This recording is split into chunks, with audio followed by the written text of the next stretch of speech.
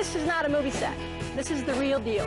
I've changed my boots and dusted off my Stetson because we are here at the Texas ranch of top cutting horse trainer Punk Carter to meet a singer who's also the real deal.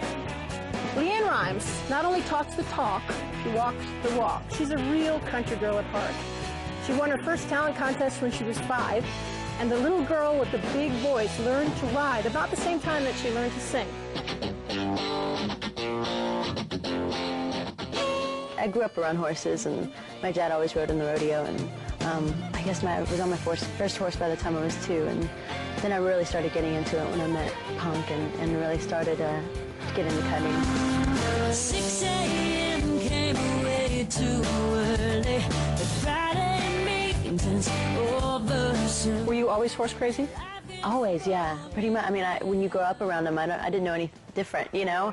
I just knew horses and dogs and every kind of animal you could possibly imagine, and I loved them. So why cutting horses? There's something very powerful about a cutting horse, and it's so amazing because it's really the horse doing all the work.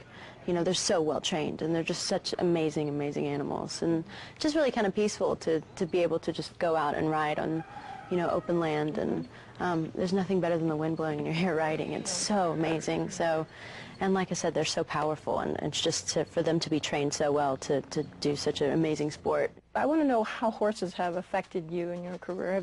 Have they taught you anything about yourself?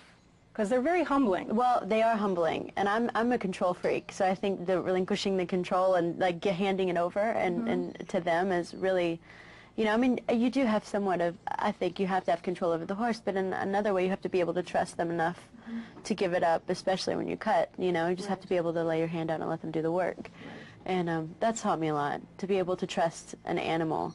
And sometimes it's really been tough in my business to trust humans, so it's like to be able to have something that I can fall in love with and that I can understand and understands me, and you have that relationship.